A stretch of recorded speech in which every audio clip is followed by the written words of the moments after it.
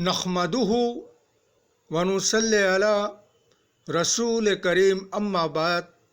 पश्चिम बांग्ला का पीर फुरफुरा दरबार शरीफ मुजद्दिदिया जमान पीर अबू बकर सिद्दीक रहमतुल्लाह अलैहि का संगठन ऑल इंडिया मुजद्दिदिया मिशन सर्वधर्मों सम्मेलन कमेटी के सदस्यों हैं हम मोहम्मद आसिफ।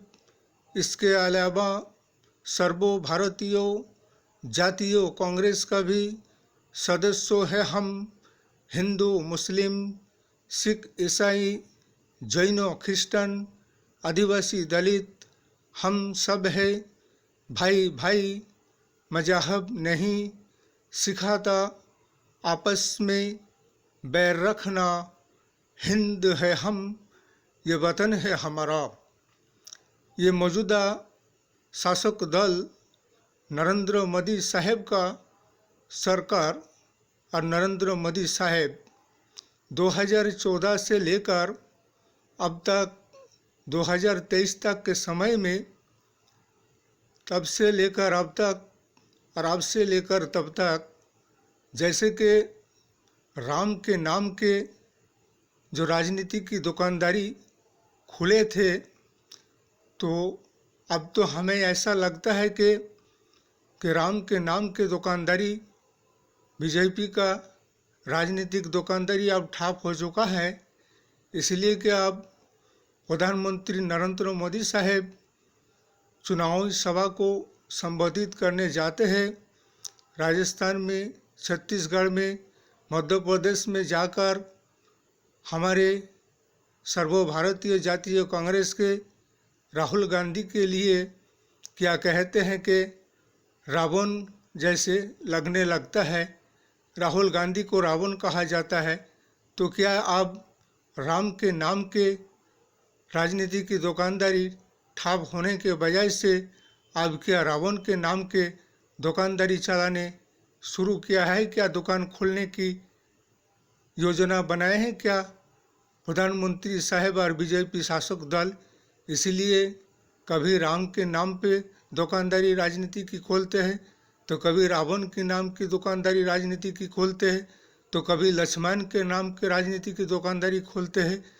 अरे इनके पास सिर्फ जाति और धर्म और हिंदू और मुस्लिम के सिवा और सांप्रदायिक लेक्चर और भाषण के सिवा कोई बात और इनके दिल और दिमाग और ख्याल में है ही नहीं है। इसलिए कि ये राजस्थान के बारे में सांप्रदायिक की जो बातें करने लगते हैं, लेकिन पहले उन्हें अपने गिरबान में झांक कर देखना चाहिए, जो कि जहाँ कांग्रेस की शासन है और कांग्रेस शासक राज्य है, वहाँ के हालात, स्थिति, परिस्थिति और जनगण के साथ कैसे इंसाफ और न्याय किया जा रहा है। और जैसे कि मणिपुर की बात है, मणिपुर में लगातार पिछले 3 महीनों से वहाँ की जो जनगण की हाल, स्थिति और परिस्थिति है, उनके ऊपर जो जुल्म और सितम ढाया जा रहा है, अत्याचार किया जा रहा है, न ही उनको इंसाफ और न्याय मिल रहा है और न ही उनको इंसाफ न्याय दिलाया गया है। बल्कि नरेंद्र मोदी साहब को और अमित शाह साहब को एक बार भी मणिपुर जाने का उसे समय और टाइम नहीं मिला। उन्हें विदेश यात्रा पर समय मिल जाता है, चुनावी सभा को संबोधित करने के लिए समय मिल जाता है। इसलिए अपने राज्य शासन वाली राज्यों की हाल, स्थिति, परिस्थिति को तो पहले देखिए और दूसरे के ऊपर इल्ज़ाम और बदनाम करने की कोशिश करते हो और दूसरे के ऊपर इल्ज़ाम लगाते हो।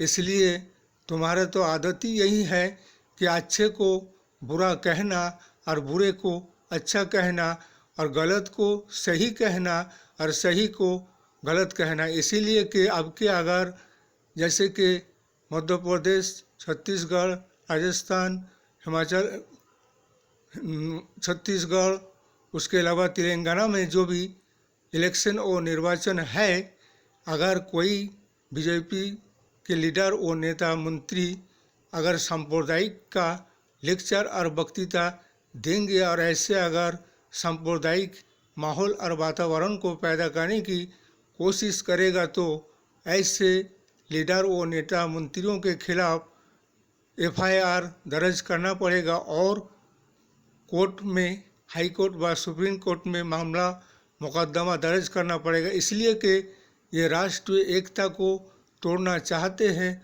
और हिंदू और मुस्लिम जाति और धर्म के नाम पर ये वोटों की राजनीति करके जनसाधारण जनगण के दरमियान एक नफरत की वातावरण को पैदा करने की कोशिश करते हैं और राष्ट्रीय एकता को तोड़ने की कोशिश करते हैं। ये तो हमेशा ही से ऐसा ही करते आए हैं और कब तक ऐसा चलेंगे और करते रहोगे। इसीलिए अब 130 करोड़ जनगण को आने वाले समय में विधानसभा में और लोकसभा में भी, जैसे कि राजस्थान, छत्तीसगढ़, राजस्थान, मध्य प्रदेश और तेलंगाना में जो इलेक्शन है, इन पे सर्वभारतीय कांग्रेस को जयी बनाइए और आने वाले 2024 के निर्वाचन और एक इलेक्शन लोकसभा के, उसमें हमारे इंटरनेशनल इंडिया 26 दल संगठन को जयी बनाइए और एक परिवर्तन, बदलाव को लाइए और ऐसे सांप्रदायिक शक्ति और धर्म और जाति के नाम पर लोगों के दरमियान नफरत की वातावरण को पैदा करने वाले और देश और राष्ट्र को तोड़ने वाले ऐसे सांप्रदायिक शक्तियों को हटाओ। बीजेपी मुक्त भारत और राष्ट्र बनाओ। इस वीडियो को ज़्यादा से ज़्यादा लाइक दीजिएगा, शेयर कीजिएगा, सब्सक्राइब कीजिएगा। जय हिंद, जय भारत। मोहम्मद आसिफ।